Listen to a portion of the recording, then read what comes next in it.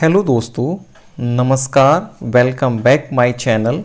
Friends, सामान्य अध्ययन का ये मॉडल पेपर मैंने बनाया है और ये मुझे उम्मीद है कि आपको बहुत पसंद आएगा।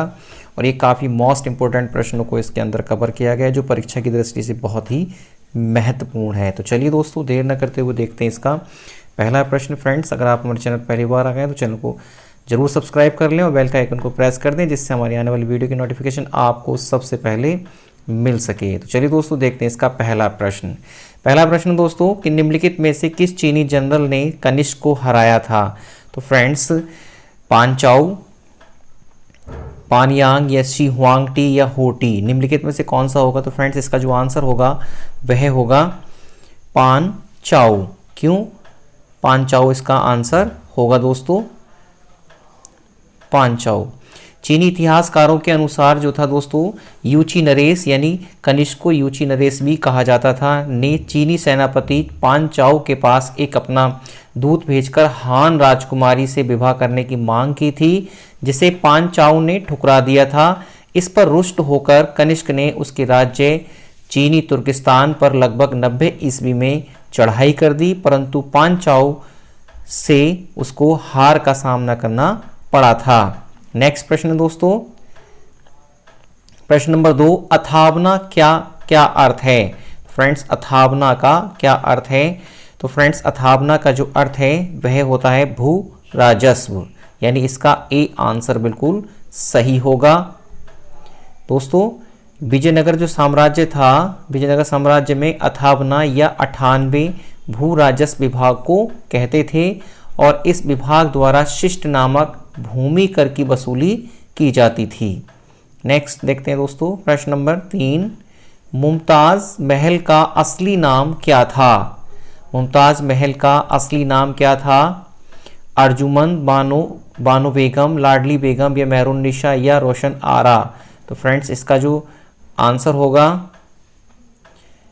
वह होगा अर्जुमंद बानो, यानी ए आंसर इसका सही हो जाएगा। यहाँ पर मुमताज महल का जो असली नाम था दोस्तों वह था अर्जुमंद बानो बेगम।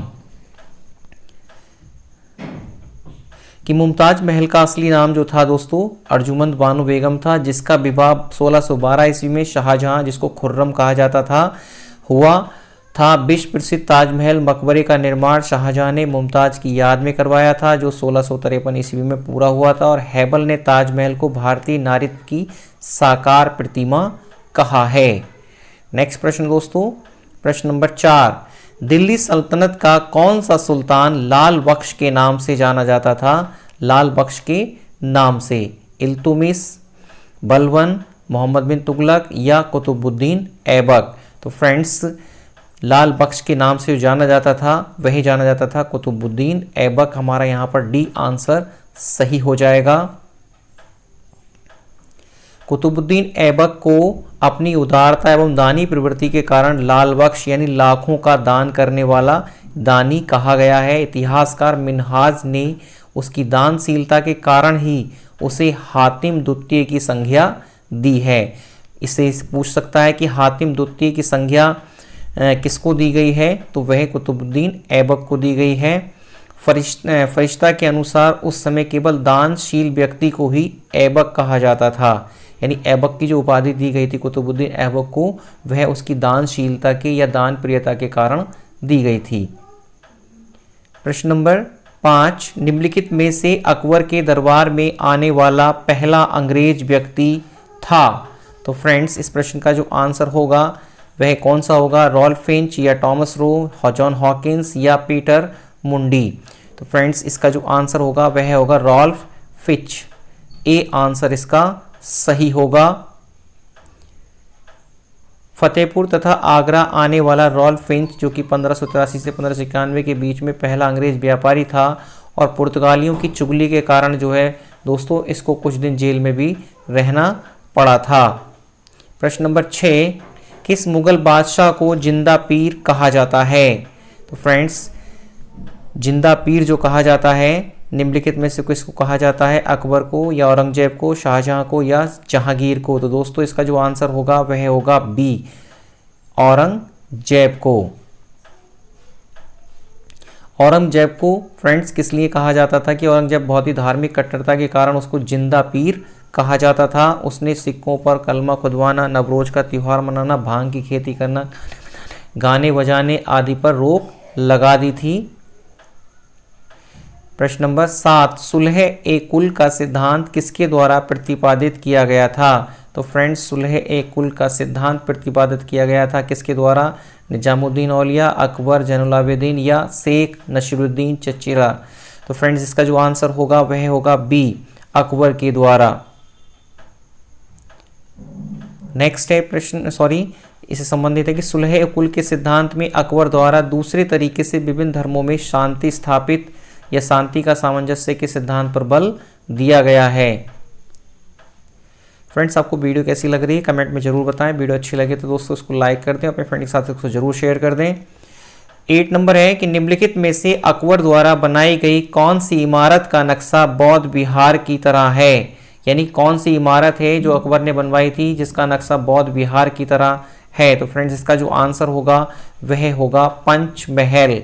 ए आंसर इसका सही है। पंचमहल क्यों था? अकबर के द्वारा बनाए गए पंचमहल को दोस्तों अकबर आकार में बने 5 मंजिले पंचमहल को हवा महल भी कहा जाता है और ये नीचे से ऊपर की ओर जाने पर क्रम से छोटा होता जाता है। यानी इस तरीके से फ्रेंड्स ये होगा, ऐसे छोटा होता चला जाएगा, इसलिए इसको पंचमहल यानी 5 महल पंचमहल को हवा महल भी कहा जाता है। 9 नंबर है कि अमीर ए कोहरी को ही एक नया विभाग किस सुल्तान द्वारा शुरू किया गया था? 9 नंबर है दोस्तों, तो ये मोहम्मद बिन तुगलक के द्वारा शुरू किया गया एक नया विभाग था। तो हमारा यहाँ आंसर सही हो जाएगा मोहम्मद बिन तुगलक। और ये विभाग किस लिए था? फ्रेंड्स मोहम्मद बिन तुगलक ने कृषि के विकास के लिए, यानी अमीर ए कोही की जो स्थापना की थी मोहम्मद बिन तुगलक ने, वह कृषि के विकास के लिए एक नवीन विभाग की स्थापना की थी, जिससे पता चलता है कि मोहम्मद बिन तुगलक कृषि के प्रति या किसानों के प्रति कितनी सहानुभूति रखता था। 10 नंबर है खैरवार आदिवासी आंदोलन कब हुआ? तो फ्रेंड्स खैरवार वासी जो आंदोलन हुआ था वह हुआ था 1874 ईस्वी में। हमारा यहाँ पर आंसर सही होगा ए। खैरवार आंदोलन 1865 ईस्वी में 1865 ईस्वी में संताल विद्रोह से प्रेरित था।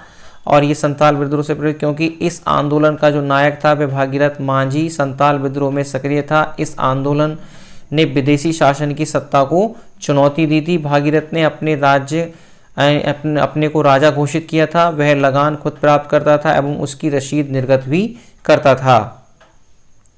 नेक्स्ट है प्रश्न नंबर 11, बारिंद्र कुमार घोष के क्रियाकलापों ने एक गुप्त क्रांतिकारी संगठन को बंगाल में जन्म दिया था, यानी उस क्रांतिकारी संगठन का क्या नाम था? 11 नंबर प्रश्न नंबर। फ्रेंड्स इसका जो आंसर होगा वह होगा ए, अनुशीलन समिति। काफी इंपॉर्टेंट है कि बंगाल में क्रांतिकारी आंदोलन की जो शुरुआत हुई थी जिसको भद्रलोक समाज ने की थी, बारिंद्र घोष और भूपेंद्र नाथ दत्त के सहयोग से दोस्तों 1907 ईस्वी में अनुशीलन समिति का गठन किया गया था, जिसका उद्देश्य था खून के बदले खून। प्रश्न नंबर 12, मोपला विद्रोह निम्नलिखित में से कहां हुआ था? तो मोपला विद्रोह दोस्तों तेलंगाना में हुआ था या मालाबार में, मराठवाड़ा में या विदर्भ में? तो फ्रेंड्स हमारा जो आंसर यहाँ पर सही होगा वह होगा बी, मालाबार में, यानी केरल के मालाबार में। अगस्त 1921 में केरल के मालाबार जिले के काश्तकारों ने वहां के जमींदारों के खिलाफ विद्रोह कर दिया था, जिसको मोपला विद्रोह कहा गया। प्रश्न नंबर 13, कोल विद्रोह 1831-32 ईस्वी का नेतृत्व किसने नहीं किया था? फ्रेंड्स प्रश्न को ध्यान से पढ़ें, नेतृत्व किसने नहीं किया था? तो फ्रेंड्स यहाँ पर जो इसका नेतृत्व बुद्ध भगत ने भी किया था, श्रुमा ने भी किया था, श्रुमा मुंडा ने कहा था, शिग्राम ने भी किया था, लेकिन जतरा भगत ने इसका नहीं किया था। तो इसलिए हमारा इसका जो आंसर सही हो जाएगा दोस्तों वह होगा डी। कोल विद्रोह दोस्तों कोल जनजाति के द्वारा अंग्रेजी सरकार के खिलाफ 1831 में किया गया और इस विद्रोह का नेतृत्व बुधु भगत, जोआ भगत, मदारा महतो, सुरगा मुंडा, सिगराम आदि ने किया था और ये विद्रोह छोटा नागपुर, रांची, सिंहभूम, हजारीबाग एवं पलामू में हुआ था। नेक्स्ट है प्रश्न नंबर 14, निम्नलिखित में से संताल विद्रोह का नेतृत्व किसने किया था? तो फ्रेंड्स संताल विद्रोह का जो नेतृत्व किया था वह किया था सिद्धू कान्हू ने। इसका ए आंसर दोस्तों सही है। 1855-56 ईस्वी में संताल विद्रोह भूमि कर अधिकारियों द्वारा किए जाने वाले दुर्व्यवहार, जमींदार, साहूकार आदि द्वारा किए जाने वाले अत्याचार के खिलाफ था। संथालों ने सिद्ध कान्हू के नेतृत्व में गैर आदिवासियों को भगाकर अपनी सत्ता स्थापित करने के लिए संघर्ष छेड़ा था, जिसको संथाल विद्रोह के नाम से जाना जाता है। नेक्स्ट है प्रश्न नंबर 15, वह ब्रिटिश जनरल कौन था जिसने हैदर अली को पोर्टो नोवा के युद्ध में हराया था? तो फ्रेंड्स वह कौन था? कैप्टन पॉपहेम या sir Eyre Coote, sir Hector Munro या जनरल गोडार्ड? तो फ्रेंड्स यहाँ पर जो हमारा आंसर होगा वह होगा सर आयरकूट ने हैदर अली को पोर्ट नोवा के युद्ध में हराया था। सर आयरकूट ने हैदर अली को पोर्ट नोवा के यानी 1781 ईस्वी में ये युद्ध हुआ था और उसमें सर आयरकूट ने हैदर अली को हराया था। और सर आयरकूट जो थे भारत में ब्रिटिश यानी आयकर ब्रिटिश भारत में मद्रास में जनरल थे। प्रश्न नंबर 16, निम्नलिखित में महाराजा रणजीत सिंह के उत्तराधिकारी कौन थे? तो फ्रेंड्स इस प्रश्न का जो आंसर होगा 16 का वह होगा बी खड़क सिंह। 7 जून 1839 ईस्वी को दोस्तों महाराजा रणजीत सिंह की मृत्यु हो गई थी। उसके बाद उनका अयोग्य पुत्र खड़क सिंह गद्दी पर बैठा था और इसकी अयोग्यता के कारण ही अराजकता का कारण बनी और जिसका परिणाम आंग्ल सिख युद्ध था। युद्ध के बाद 1846 ईस्वी में लाहौर की संधि हुई थी दोस्तों। प्रश्न नंबर 17, अंडमान निकोबार द्वीप समूह में द्वीपों की संख्या कितनी है? तो फ्रेंड्स अंडमान द्वीप समूह में जो द्वीपों की संख्या है दोस्तों वह है 572। हमारा यहाँ आंसर सही होगा डी कि अंडमान और निकोबार द्वीप समूह में लगभग 572 छोटे बड़े द्वीपों से मिलकर के ये बना है और जिनमें से सिर्फ कुछ ही द्वीपों पर लोग रहते हैं। और फ्रेंड्स अंडमान निकोबार द्वीप समूह की जो राजधानी है वह पोर्ट ब्लेयर है और इसका गठन हुआ था 1 नवंबर 1956 को। प्रश्न नंबर 18, निम्नलिखित में से नर्मदा नदी का उद्गम स्थल है? तो नर्मदा नदी का जो उद्गम स्थल है फ्रेंड्स वह कौन सा है? मुल्ताई, अमरकंटक, मऊ या देवास? तो हमारा यहाँ पर आंसर सही होगा दोस्तों अमरकंटक। नर्मदा नदी विंध्य पर्वत श्रेणियों में ये स्थित है और ये जो कि अमरकंटक नामक स्थान से निकलकर 1312 किलोमीटर की दूरी तय कर ये खंबात की खाड़ी में गिरती है और ये भेड़ा घाट के समीप दोस्तों कपिलधारा जिसको धुआंधार प्रपात या जल प्रपात का निर्माण करती है। प्रश्न नंबर 19, भारत की तटीय रेखा की कुल लंबाई कितनी है? तो फ्रेंड्स भारत की तटीय रेखा की जो कुल लंबाई है वह है 7516, लेकिन किसी किसी बुक में दोस्तों ये 7517 किलोमीटर भी है। क्यों? क्योंकि 7516.5 किलोमीटर इसको माना गया है, इसलिए कभी कभी किताब में 7517 किलोमीटर भी लिखी होती है किसी किताब में। तो हमारा यहाँ पर आंसर है कि भारत की उत्तर से दक्षिण की जो लंबाई है दोस्तों वह है 3214 किलोमीटर और भारत की पूर्व से पश्चिम की जो चौड़ाई है दोस्तों वह है 2933 किलोमीटर। और फ्रेंड्स भारत की स्थलीय सीमा की जो लंबाई है वह है 15200 किलोमीटर और भारत की समुद्र तटीय रेखा की जो लंबाई है दोस्तों 7516.5 किलोमीटर। भारत का जो कुल क्षेत्रफल है दोस्तों 32,87,263 वर्ग किलोमीटर। फ्रेंड्स वीडियो आपको कैसी लगी कमेंट में ज़रूर बताएं। अच्छी लग रही तो दोस्तों इसको लाइक और शेयर ज़रूर कर दें क्योंकि आपके एक लाइक से हमको मोटिवेशन मिलता है। प्रश्न नंबर 20, भारतीय मानक समय पर समय एवं ग्रीनविच माध्य समय के बीच कितने समय का अंतर है? तो फ्रेंड्स, भारतीय मानक समय एवं ग्रीनविच माध्य समय के जो बीच अंतर है दोस्तों, वह है 5.5 घंटे का। तो हमारा यहाँ पर जो आंसर सही हो जाएगा वह होगा सी। ग्रीनविच से 180 डिग्री पूर्वी गोलार्ध और 180 डिग्री पश्चिमी गोलार्ध कहलाता है, क्योंकि पृथ्वी की जो आकृति है वह लक्षवत गोलीय है और वृत्त को 360 डिग्री में विभाजित किया गया है। अतः 360 डिग्री को घूमने में पृथ्वी को एक दिन रात अर्थात 24 घंटे लगते हैं। 1 डिग्री दूरी तय करने में पृथ्वी को 204 मिनट का समय लगता है। नेक्स्ट है प्रश्न नंबर 21।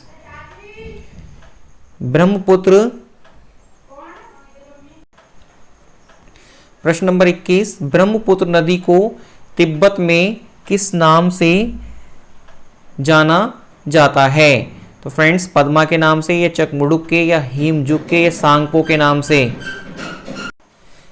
फ्रेंड्स, इसका जो आंसर होगा वह होगा सांगपो, यानी सांगपो के नाम से उसको, यानी तिब्बत में ब्रह्मपुत्र नदी को जाना जाता है। तो हमारा यहाँ आंसर सही हो जाएगा डी।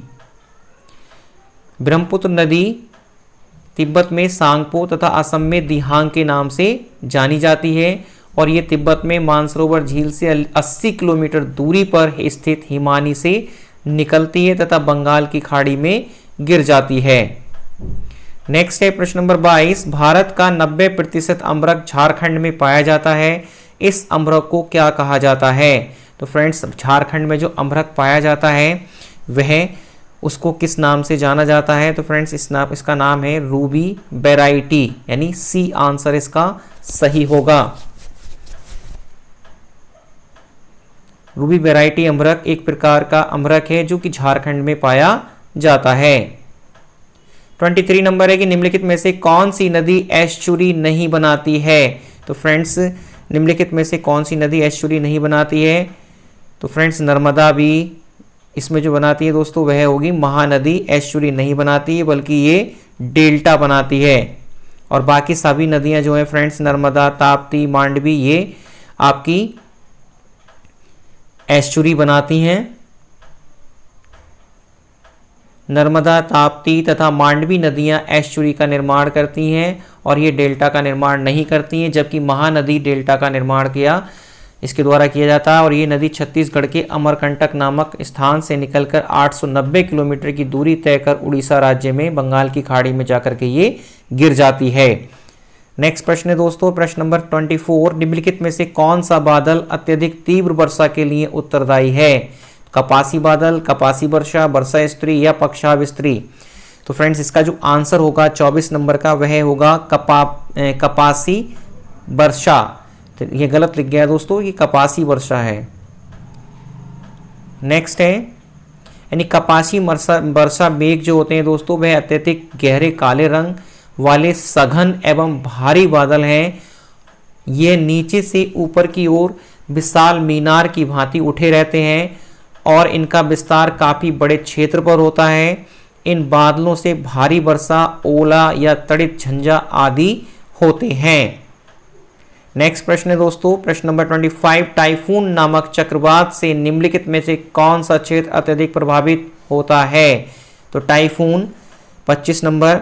तो फ्रेंड्स, ये कहाँ पर? चीन सागर में ये टाइफून के नाम से जाना जाता है। देखते हैं इसके बारे में कुछ महत्वपूर्ण फैक्ट कि उष्णकटिबंधीय चक्रवातों के सर्वाधिक भयंकर स्वरूपों को विश्व में विभिन्न भागों में अलग अलग नामों से जाना जाता है। प्रशांत महासागर में, कैरेबियन सागर तथा मैक्सिको के तट के पास इसे हरिकेन के नाम से जाना जाता है, और जबकि चीन, फिलीपींस तथा जापान के समुद्री भागों में इसको टाइफून के नाम से जाना जाता है और ये दक्षिणी पूर्वी संयुक्त राष्ट्र अमेरिका को सर्वाधिक प्रभावित करते हैं। नेक्स्ट है दोस्तों प्रश्न नंबर 26। विश्व में सबसे अधिक कपास का उत्पादन कहाँ होता है? तो फ्रेंड्स, विश्व में सबसे अधिक कपास का उत्पादन भारत में होता है। 27 नंबर कि पॉट जॉल क्या है? दोस्तों, पॉट जॉल क्या है? तो पॉट जॉल दोस्तों एक मिट्टी का प्रकार है, यानी कोणधारी इसका जो आंसर होगा दोस्तों वह होगा ए, कौड़धारी वन प्रदेशों में पाई जाने वाली मिट्टी।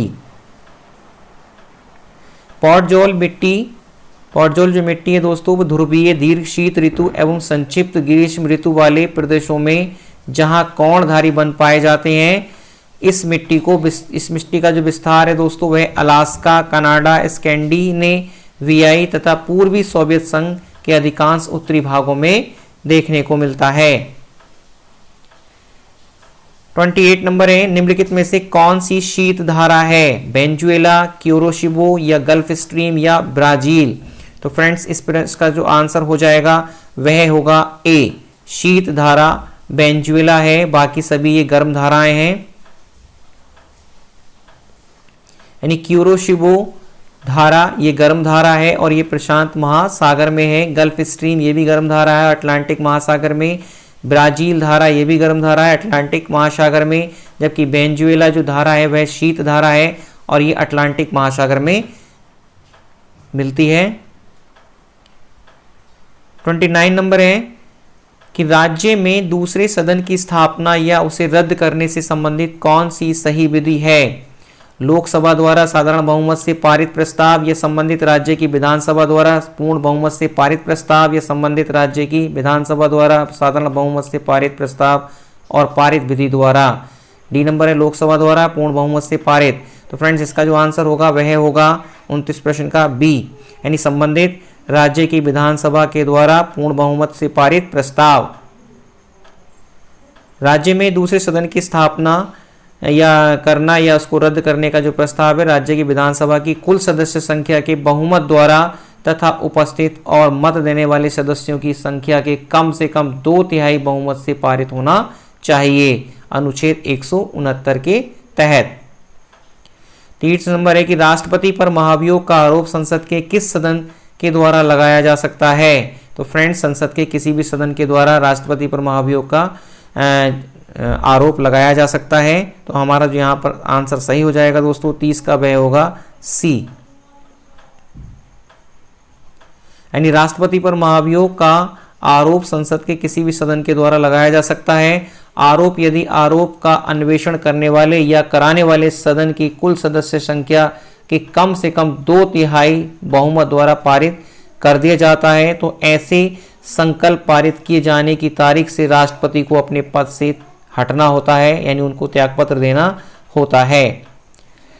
नेक्स्ट है प्रश्न नंबर 31, भारत के संविधान में सम्मिलित संवृत्ति सूची किस देश की देन है, यानी किस देश के संविधान से ली गई है? तो फ्रेंड्स ये संवृत्ति सूची ऑस्ट्रेलिया के संविधान से ली गई है, तो इसका आंसर सही हो जाएगा वी, यानी पूर्व सोवियत संघ या इटली से लिए गए हैं दोस्तों मौलिक कर्तव्य। ऑस्ट्रेलिया से संवृत्ति सूची, कनाडा के संविधान से संघात्मक व्यवस्था की ली गई है और आयरलैंड के संविधान से राज्य के नीति निदेशक तत्व, राष्ट्रपति के निर्वाचन में निर्वाचक मंडल की भूमिका और राज्यसभा में मनोनयन की प्रक्रिया, ये सब आयरलैंड के संविधान से ली गई हैं।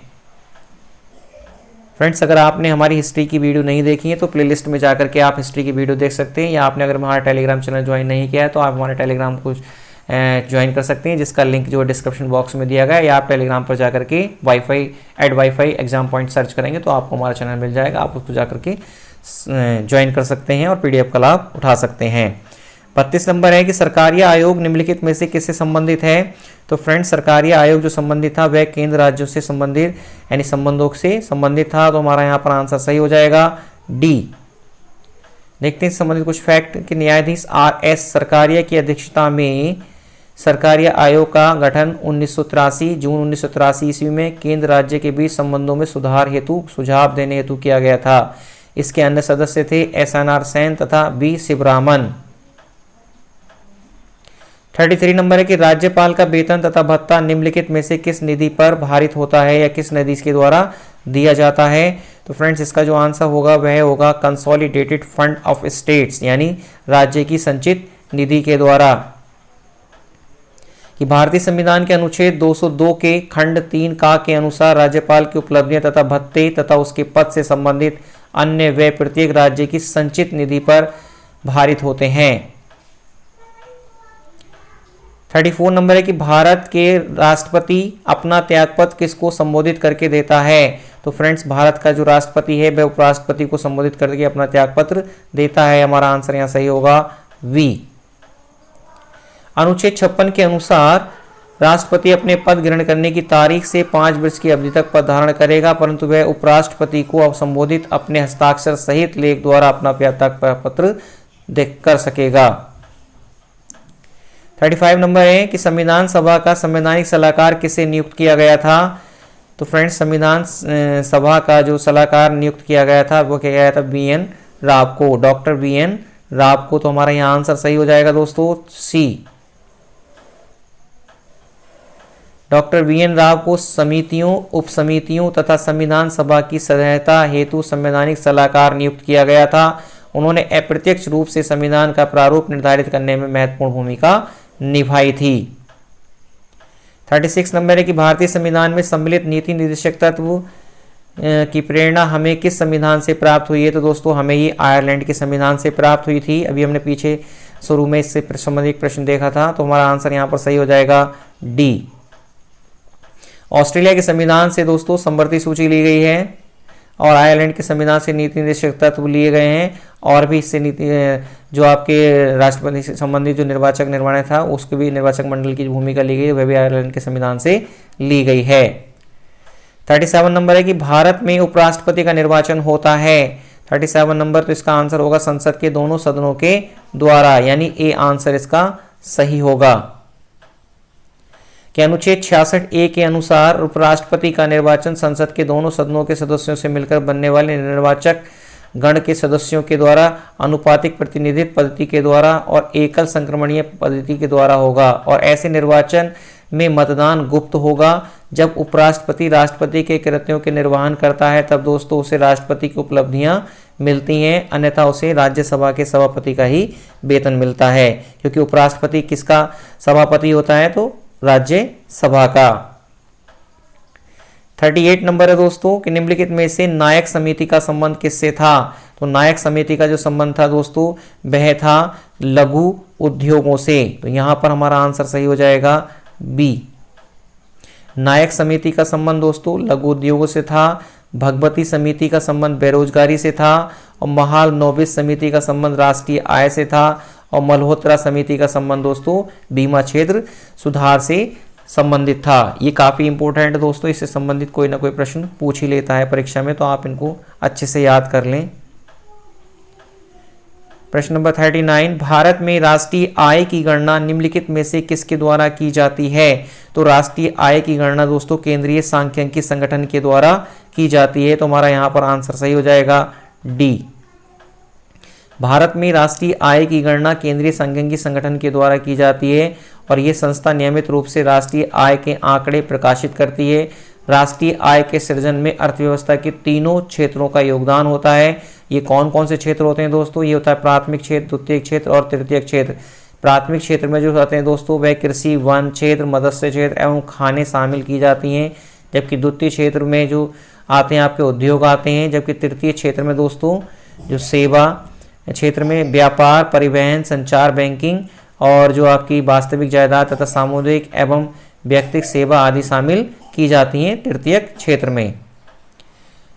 प्रश्न नंबर 40, ऑटोमोबाइल्स के हाइड्रोलिक ब्रेक के कार्य करने का सिद्धांत है, यानी किस सिद्धांत पर ये कार्य करता है हाइड्रोलिक दोस्तों। तो ये दोस्तों करता है पास्कल के सिद्धांत पर।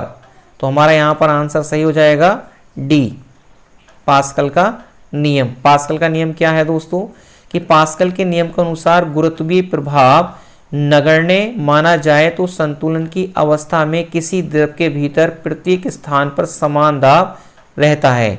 यदि गुरुत्वीय प्रभाव को नगण्य न माना जाए तो समान गहराई पर स्थित सभी बिंदुओं पर एक समान दाब रहता है। बर्तन का आकार द्रव को प्रभावित नहीं करता है।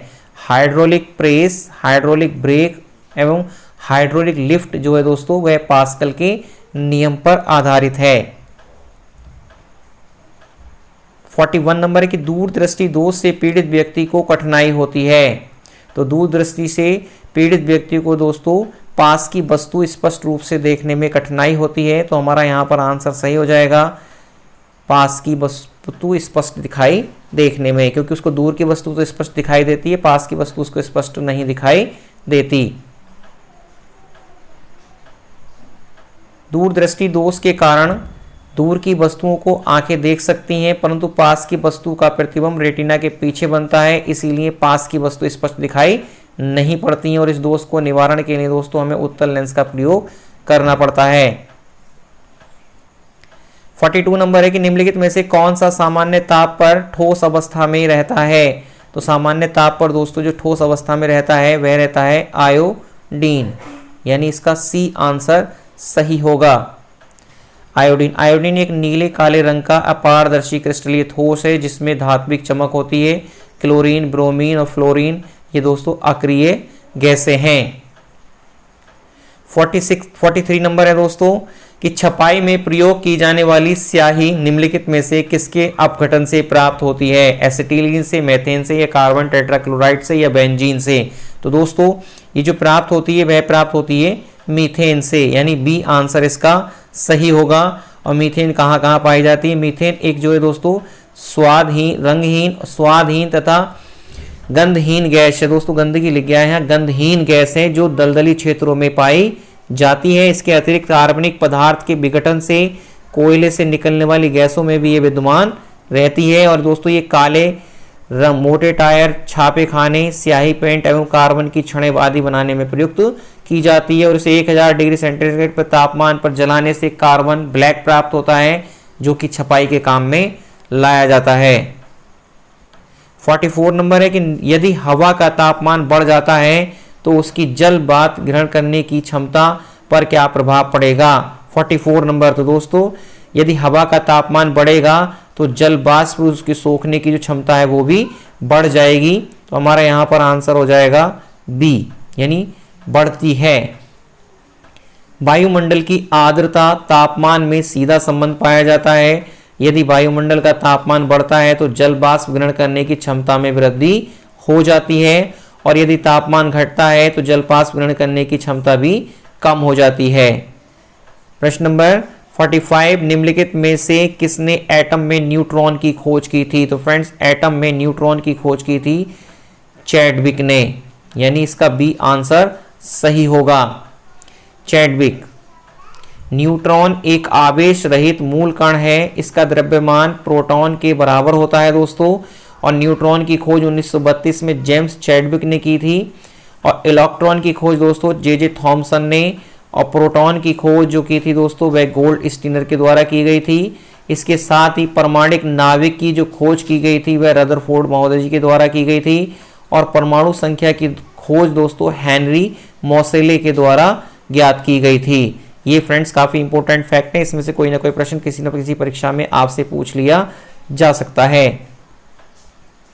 46 नंबर है कि कार्क निम्नलिखित में से किस पेड़ से प्राप्त होता है। तो कार्क फ्रेंड्स प्राप्त होता है डलबर्जिया से, या सिड्रस से, या क्वेकस से, या आर्जीमॉन से। 46 नंबर है दोस्तों, तो ये प्राप्त होता है क्वेकस सुबर से, यानी सी आंसर इसका सही होगा। यानी ओक नामक जो वृक्ष होता है दोस्तों ये उससे प्राप्त कर दी जाती है, जिसका वैज्ञानिक नाम होता है क्वेकस सुबर। 47 नंबर है कि रुधिर के प्लाज्मा में निम्नलिखित में से किसके द्वारा एंटीबॉडी निर्मित होते हैं। तो फ्रेंड्स एंटीबॉडी का जो निर्माण करते हैं वह मोनोजाइट, या लिम्फोसाइट, या एनोसिफियल, या न्यूट्रोफिल। तो फ्रेंड्स इसका जो आंसर होगा वह होगा लिम्फोसाइट। लिम्फोसाइट जो रुधिर में एंटीबॉडी का निर्माण करते हैं, यानी रुधिर के प्लाज्मा में दोस्तों लिम्फोसाइट द्वारा एंटीबॉडी का निर्माण होता है। और ये श्वेत रुधाणु हैं, इनकी संख्या रुधाणुओं की कुल संख्या से का जो 20 से 40% तक होती है, और लेकिन कभी कभी इनकी संख्या बढ़ भी जाती है। और ये रुधिर के कुछ विशेष प्रोटीन को प्रतिरक्षी या एंटीबॉडीज में परिवर्तित कर देते हैं। दोस्तों थोड़ा स्पीड मैंने इसलिए रखी क्योंकि टाइम ज़्यादा हो रहा है, आप वीडियो को पॉज करके भी, या आप दोबारा इसको स्किप कर रोक कर भी इसको देख सकते हैं। 48 नंबर है कि निम्नलिखित में से किसमें फूलों का अध्ययन किया जाता है। तो 48 नंबर का जो आंसर होगा दोस्तों एंथ्रोलॉजी में फूलों का अध्ययन किया जाता है। तो हमारा आंसर यहाँ पर सही हो जाएगा बी एंथ्रोलॉजी। एग्रोस्ट्रोलॉजी में दोस्तों किसका अध्ययन किया जाता है। एग्रोस्ट्रोलॉजी में अध्ययन किया जाता है दोस्तों घासों का अध्ययन एग्रोस्ट्रोलॉजी में किया जाता है। एंथ्रोलॉजी में पुष्पों का अध्ययन किया जाता है और पैलिनोलॉजी में दोस्तों परागण कणों का अध्ययन किया जाता है और पैमोलॉजी में दोस्तों फूलों का अध्ययन किया जाता है। 49 नंबर है कि लेक्सिकोग्राफी का संबंध निम्नलिखित में से किससे है? तो दोस्तों लेक्सिकोग्राफी का संबंध जो है शब्दकोश के संयोजन से होता है, डिक्शनरी संबंधित। तो दोस्तों हमारा यहाँ पर आंसर सही हो जाएगा बी। लेक्सिकोग्राफी का प्रयोग शब्दों के संयोजन के लिए होता है। 50 नंबर, निम्नलिखित में से कौन सी गैस ग्रीन हाउस गैस के रूप में नहीं मानी जाती है दोस्तों? तो ये carbon dioxide green house gas के रूप में नहीं मानी जाती है। कि वायुमंडल में बढ़ती हुई गैसों जैसे carbon dioxide, carbon monoxide, sulphur dioxide वायुमंडल की ऊपरी सतह पर जमकर पृथ्वी का तापमान बढ़ाती हैं, इसे ग्रीन हाउस प्रभाव कहते हैं। ये गैसें दोस्तों पृथ्वी के ऐसे वापस लौटने वाली अवरक्त किरणों को रोककर वातावरण को गर्म करती हैं। यदि तापमान इसी तरह बढ़ता रहेगा दोस्तों तो ध्रुवों की जो बर्फ है वो पिघलकर समुद्र तल को ऊंचा कर देगी, जिससे समुद्र किनारे बसे शहर जो किनारे पानी में डूब जाएंगे। फ्रेंड्स, ये थे मोस्ट इंपॉर्टेंट प्रश्न। वीडियो आपको कैसी लगी दोस्तों कमेंट में जरूर बताएं। वीडियो अच्छी लगी हो दोस्तों तो इसको लाइक करें, अपने फ्रेंड के साथ जरूर इसको शेयर करें।